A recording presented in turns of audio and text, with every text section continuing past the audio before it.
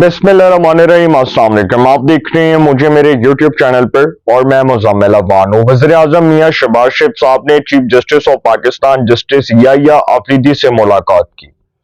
इस मुलाकात में अदालती रिफॉर्म्स पर बहुत तफसीलन बात हुई।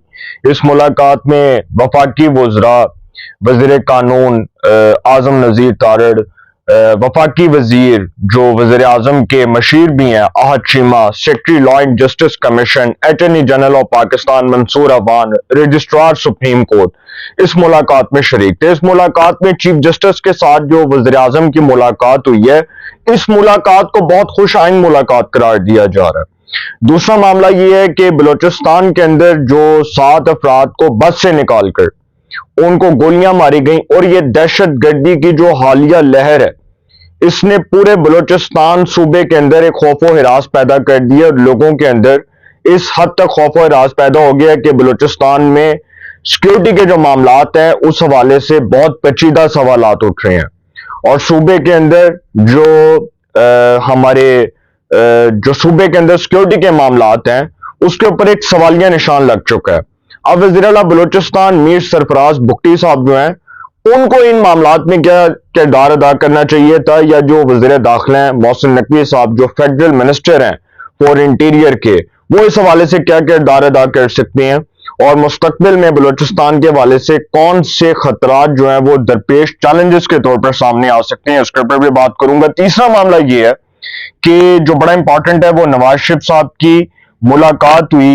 नवाज शरीफ साहब से मुलाकात की सेनेटर इरफान सदीकी साहब ने, और सेनेटर इरफान सदीकी साहब ने मुस्लिम लीग नून के सदर मियां नवाज शरीफ साहब से जो मुलाकात की है उसमें जो बातचीत है वो क्या हुई है वो मैं आपके सामने रखूंगा। सबसे पहले वज़ीर आज़म से जो चीफ जस्टिस ऑफ पाकिस्तान की मुलाकात हुई है, इसमें attorney general of Pakistan Mansoor Awan, वफाकी वज़रा आज़म नज़ीर तारड़ साहब वज़ीर कानून, वज़ीर आज़म के मुशीर जो उनके एडवाइजर हैं आहद शीमा जो इससे पहले साबिक DG LDA भी रहे हैं, अब वो वज़ीर आज़म साहब के मिनिस्टर, वज़ीर आज़म साहब के वो वजीर भी हैं और सेनेटर भी हैं।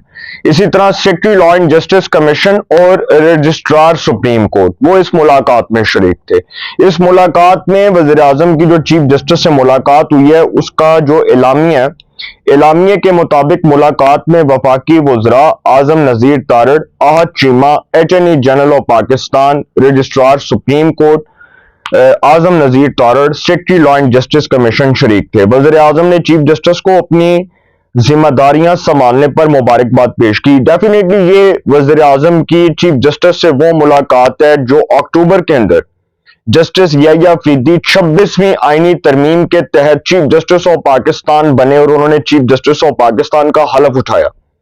उनसे सदर मुमलिकत ने हलफ लिया, उसके बाद वज़ीर आज़म की ये पहली मुलाकात है चीफ जस्टिस ऑफ पाकिस्तान से। अब इस मुलाकात में वज़ीर आज़म ने चीफ जस्टिस को अपनी जिम्मेदारियां संभालने पर मुबारकबाद पेश की और नेक ख्वाहिशात का इजहार किया।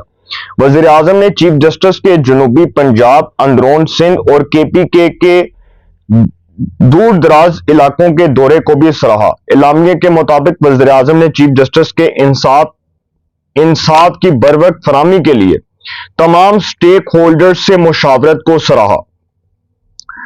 इस मुलाकात में वज़ीर आज़म ने मुल्की मुआशी सिक्योरिटी चैलेंजेस पर भी गुफ्तगू की और मुल्क की मुख्तलिफ अदालतों में तवील मुद्दत से ज़ेरे इल्तवा टैक्स तनाज़ात के हवाले से आगाह किया। वज़ीर आज़म ने चीफ जस्टिस से इन केसेस में मेरिट पर जल्द फैसलों की इस्तदा की, जबकि चीफ जस्टिस ने वज़ीर आज़म से इंसाफ में बेहतरी लाने के लिए तजावीज भी मांग ली। आपको याद होगा कि वज़ीर आज़म साहब ने जब चीफ जस्टिस साहब जो है, जब उनको इमरान खान का खत मौसूल हुआ था तो उन्होंने एक बड़ी इंपॉर्टेंट बात की थी। उन्होंने कहा था कि हम लीडर ऑफ द ऑपोजिशन को और वज़ीर आज़म को दावत देते हैं कि वो आए, हमारे साथ बैठें और हमें अदालती इस्लाहात पर ब्रीफिंग दें, हमें अदालती इस्लाहात से मुतल्लिक बताएं, हम अदालती इस्लाहात करेंगे, हम अदालती रिफॉर्म्स लेकर आएंगे। उन्होंने कहा कि हम तो उनको एक एजेंडा दे रहे हैं कि आप अदालती इस्लाहात से मुतल्लिक हमारे सामने वो बुनियादी नकात रखें कि जिसके ऊपर हम अमल कर सकें। चीफ जस्टिस साहब ने ऑपोजिशन को भी दावत दी थी और वज़ीर आज़म को भी दावत दी। अब वो ऑपोजिशन का रवैया जो है वो आपको पता है क्या, और उसके बाद जो वज़ीर आज़म साहब की मुलाकात हुई है, वज़ीर आज़म साहब की तो इस मुलाकात को बहुत खुशाइंद मुलाकात करार दिया जा रहा है। अब वजीर आजम साहब जो हैं उनके हवाले से चीफ जस्टिस ने वजीर आजम से इंसाफ में बेहतरी लाने के लिए तजावीज भी मांग ली। चीफ जस्टिस ने वजीर आजम की निज़ाम इंसाफ में बेहतरी के लिए गुफ्तगू का खैर मकदम किया। वजीर आजम ने चीफ जस्टिस को लापता अफराद से मुतल्लिक इकदामात में तेजी लाने के लिए भी यकीन दहानी करवाई। ये तो थी पहली खबर। अब जो दूसरी खबर है, लापता अफराद जो वजीर आजम ने जिक्र किया चीफ जस्टिस से, उसके ऊपर मैं बाद में बात करूंगा। पहले जो नवाज शरीफ साहब की खबर है उससे मुतल्लिक मैं आपके सामने जो है वो कुछ चीजें रखने जा रहा हूं कि नवाज शरीफ साहब से जो सेनेटर इरफान सदीकी की मुलाकात हुई है, पाकिस्तान मुस्लिम लीग नून के सदर और साबिक वजीर आजम मियां मोहम्मद नवाज शरीफ ने कहा कि मसनूई सियासी बहरान पैदा करने की कोशिश कामयाब नहीं होने देंगे। इस मुलाकात में जो उनकी सेनेटर इरफान सदीकी से मुलाकात हुई है, नवाज शरीफ ने कहा कि अवाम और बिलखसूस हमारी नौजवान नस्ल को पुरअमन और तरक्की करते हुए पाकिस्तान की जरूरत है, जहां इन्हें अपनी सलाहियतों के मुताबिक किरदार अदा करने के मौके हासिल होंगे। अब मुल्क अल्लाह के फजलो करम से एक बार फिर अपने पांव पर खड़ा हो रहा है। इनका कहना था कि 2013 से शुरू होने वाला तामीर और तरक्की का सफर जारी रहता तो आज IMF की जरूरत ना पड़ती और ना बैरूनी मदद की जरूरत पड़ती। नवाज शरीफ ने कहा कि पार्लियामेंट के अंदर और बाहर इन अनासिर के अजाइम को बेनकाब करना चाहिए जो इंतशार फैलाने और अदम इस्तेकाम पैदा करने की कोशिशें कर रहे हैं। ये लोग संजीदा मुज़ाकरात करने और सियासी अफाम तफहीम के साथ मामलात हल करने की सलाहियत नहीं रखते। नवाज शरीफ का कहना था कि मुस्लिम लीग नून से ताल्लुक रखने वाले अरकान पार्लियामेंट को मौसर तरीके से अपना किरदार अदा करना चाहिए और आवाम से मजबूत राब्ते रखने चाहिए। फिर नवाज शरीफ साहब जो हैं उनको सेनेटर इरफान सदीकी ने सदर मुस्लिम लीग नून नवाज शरीफ को सेनेट में मुस्लिम लीग नून की पार्लिमानी पार्टी की कारकर्दगी से आगाह किया। अब इसमें नवाज शरीफ साहब ने PTI के ऊपर तो तनकीद की और इशारतन की।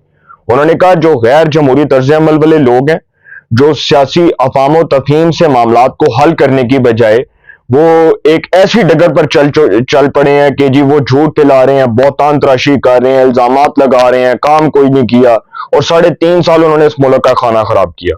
फिर नवाज शरीफ कह रहे हैं कि अगर 2013 का जो पाकिस्तान है वो जिस ट्रैक पर चल रहा था, अगर वो तरक्की के सफर में रखना ना डाला जाता तो आज पाकिस्तान को IMF की तो क्या बैरूनी मदद की भी जरूरत ना पड़ती। फिर नवाज शरीफ साहब का वो जो दौर था वो उठाकर देख लेना सर, पेट्रोल 75 पर, डॉलर जो है वो 95 पर, GDP 5.5 पर। नवाज शरीफ खुद वज़ीर आज़म थे, वो इस मुल्क के 3 बार इलेक्टेड प्राइम मिनिस्टर रहे और उनको सबसे ज्यादा वज़ीर आज़म रहने का एजाज हासिल हुआ। लेकिन उनके दौर का कंपैरिजन कर लें इमरान खान के दौर से, 3.5 साल हुकूमत का कंपैरिजन कर लें नवाज शरीफ की 3 टर्म से, तो सर आपको फर्क नजर आ जाएगा। महंगाई कहां थी, बेरोजगारी कहां थी, गुर्बत कहां थी, इन्फ्लेशन और पॉवर्टी नवाज शरीफ के दौर में कितनी थी और इमरान खान के दौर में कितनी थी। इमरान खान के दौर में 2 गुना ज्यादा थी, दुगनी थी। और नवाज शरीफ के दौर को उठाकर देख लें, तामीर और तरक्की का सफर जारी था, लेकिन वो साकब निसारों को, खोसों को, बंदयालों को हमने उठा के उनको कहा कि जी नाहल कर दो। हमने वज़राए आज़मों की किस तरह तौहीन की है सर, ये हमारी सियासी किताबों के अंदर लिखा जाएगा कि हमने अपने वज़राए आज़मों को किस तरह जेलों में डाला, किस तरह उनको नाहल करार दिया, किस तरह उनके खिलाफ झूठे मुकदमात बनाए, किस तरह उनके खिलाफ जो है झूठे रेफरेंसेस बनाए। वो पनामा जैसे रेफरेंस, जाली मौत अपनी आप मर गए। वो जाली रेफरेंसेस थे ना, वो अपनी मौत आप मर गए।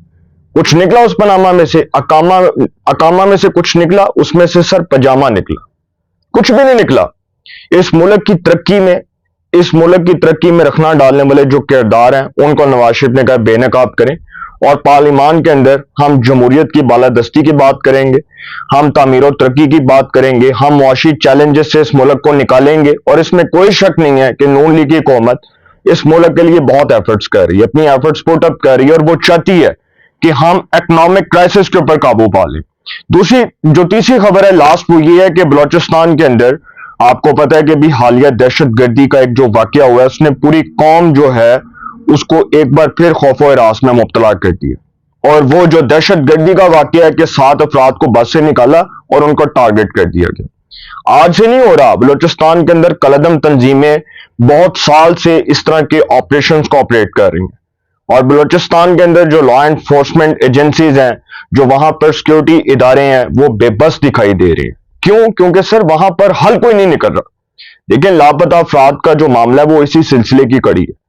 اور لاپتہ افراد جو ہیں, آپ کو یاد ہے کہ لاپتہ افراد کمیشن بنا, بہت سی رپورٹس آئیں, لیکن وہ سپریم کورٹ میں آج بھی وہ کیس ویسے کا ویسے. افتخار چودھری کے دور سے اٹھا کر دیکھ لیں, وہ فائلیں ایسی کی ایسی پڑی ہیں, میرا خیال ہے ان کو اتنی مٹی لگی ہوگی کہ آج تک ان کو ہاتھ نہیں لگا. اور لاپتہ افراد جو ہیں, ان کے لواحقین آج بھی اپنے پیاروں کو یاد کر کے رو رہے ہیں. آج بھی وہ اپنے جو لخت جگر ہیں ان کو یاد کر کے رو رہے ہیں. وہ مشرف کے دور میں جو بلوچستان میں ٹیررزم عروج پر تھی, جو دہشت گردی نے سر اٹھایا, جنم لیا, بلوچستان کا مسئلہ ایک پاکستانیت کا تو مسئلہ ہے, لیکن یہ ایک عالمی مسئلہ ہے. اس کو عالمی سطح پر, عالمی فورم پر اجاگر کرنا پڑے گا. وزیر اعلیٰ بلوچستان میر سرفراز بگٹی کو میں سمجھتا ہوں کہ اپنی ناکامی پر, نااہلی پر, اپنی نیگلیجنس پر فی الفور ریزائن کر کے گھر چلے جانا چاہیے. کیونکہ ایک صوبہ نہیں چل رہا ان سے, ایک صوبہ جس کے اندر سب سے زیادہ پسماندگی ہے, جو وسائل کے لحاظ سے, آبادی کے لحاظ سے سب سے زیادہ محرومیت کا شکار ہے. اس صوبے کے اندر جو دہشت گردی کی حالیہ لہر ہے, اس نے پوری قوم کے اندر نہ صرف خوف و ہراس مبتلا کر دی ہے, بلکہ پوری قوم کو یہ سوچنے پر مجبور کر دیا ہے کہ بلوچستان کے اندر وہ کون سے لوگ ہیں, وہ کون سے ایلیمنٹس ہیں جو نہیں چاہتے کہ ایک صوبے کے اندر امن و امان جو ہے اس کے اندر بہتری کو یقینی بنایا جائے. ہماری جو آرمی ہے, ہمارے جو پاک فوج کے جوان ہیں, بہت سے جوان شہید ہوئے, ہمارے بہت سے شہداء نے قربانیاں دی. آرمی چیف نے بہت بار, بلکہ جتنی بار بھی کور کمانڈر کانفرنس ہوئی ہے, اس میں بلوچستان کے معاملے کو عالمی سطح پر اٹھانے کی بات کی, اس کو حل کرنے کی طرف لے کر جانے کی بات کی. انہوں نے کہا کہ اس معاملے کو عالمی سطح پر اٹھایا جائے, عالمی فورم پر اس کو اجاگر کیا جائے. لیکن سر بلوچستان کا مسئلہ آج کا نہیں, بہت سال سے ہے. اور آپ دیکھ لیں کتنے وزرائے اعلیٰ آئے, جہاں محمد یوسف آئے, اس کے بعد بہت سے وزرائے اعلیٰ آئے, اختر مینگل تھے, جہاں محمد یوسف تھے, اس کے بعد وہ جو جہاں محمد یوسف کے صاحبزادے ہیں, کیا نام ہے ان کا, جام کمال صاحب, جو نون لیگ کے وفاقی وزیر بھی ہیں, وہ بھی وزیر اعلیٰ بلوچستان رہے. پھر وہ عبدالقدوس بزنجو صاحب وزیر اعلیٰ رہے, میر سرفراز بگٹی, بہت سے لوگ آئے. اور میں حیران ہوں کہ بلوچستان کا معاملہ کیوں حل نہیں ہو رہا. کیا ہمارے جو سٹیک ہولڈرز ہیں وہ اس میں سیریس دکھائی نہیں دے رہے, یا جو ہمارے بلوچستان کے جو لوگ ہیں وہ امن نہیں چاہتے؟ ہم نے پنجابی سندھی کی لڑائی سٹارٹ کی ہوئی ہے, پنجابی بلوچی کی لڑائی شروع کی ہوئی ہے, پنجابی پختونخوا کی لڑائی شروع کی ہوئی ہے, پنجابی پٹھان کو ہم لڑوا رہے ہیں, پنجابی سندھی کو ہم لڑوا رہے ہیں, پنجابی بلوچی کو ہم لڑوا رہے ہیں, اور پھر ہم کہہ رہے ہیں کہ صوبے کے اندر لا اینڈ آرڈر کی جو سچویشن ہے وہ ٹھیک نہیں ہو رہی. بھائی ہم خود غلط ہیں, ہمارے خود کے اجتماعی کردار مشکوک ہیں. ہمارے جتنے بلوچستان کے جو ینگ لوگ ہیں, جو ہمارے طلباء ہیں, ان کو ہم نے ہتھیار پکڑائے, جوری ہتھیار ان کے ہاتھ میں دے دیے, وہ کل عدم تنظیموں میں چلے گئے, انہوں نے جا کر وہاں پر ٹریننگ لی اور وہ دہشت گرد بن گئے. وہ مارنگ بلوچ کا واقعہ یاد ہے نا آپ کو. تو سر ہمیں بلوچستان کی جو سالمیت ہے, اس کی جو خود مختاری ہے, اس کو سمجھنے کی ضرورت ہے. ایک صوبہ جو اس وقت دہشت گردی کی لپیٹ میں ہے, اور یہ بڑا ہی خوفناک واقعہ, بہت جو افسوسناک واقعہ ہے کہ بس سے نکال کر 7 افراد کو قتل کر دیا گیا, ان کو موت کی بینچ چڑھا دیا گیا, ان کو گولیاں ماری گئیں ان کے پیاروں کے سامنے, ان کے بچوں کے سامنے. اس سے پہلے بھی یہ واقعہ ہوا تھا جس میں وہ مظفر گڑھ, سائیوال کے بہت سے لوگ شامل تھے. تو سر اس معاملے کو عالمی سطح پر اٹھانا چاہیے اور اس کو حل کی طرف لے کر جانا چاہیے, اور اس معاملے کا کوئی آلٹرنیٹو دیکھنا چاہیے. ایک صوبہ اس وقت دہشت گردی کا شکار ہے, جس کے اثرات پورے ملک کے اوپر بہت منفی پڑ رہے ہیں, اور بڑے سنگین اثرات مرتب ہو رہے ہیں, اور خدا نہ خواستہ مستقبل میں یہ خوفناک اشارے کسی بڑے حادثے کا سبب بن سکتے ہیں. اپنی رائے کا کمنٹس میں ضرور اظہار کیجیے گا. انشاءاللہ ایک نئے سیگمنٹ کے ساتھ پہ ملاقات ہوگی. اپنا بہت خیال رکھیے گا. اعلیٰ نگہبان.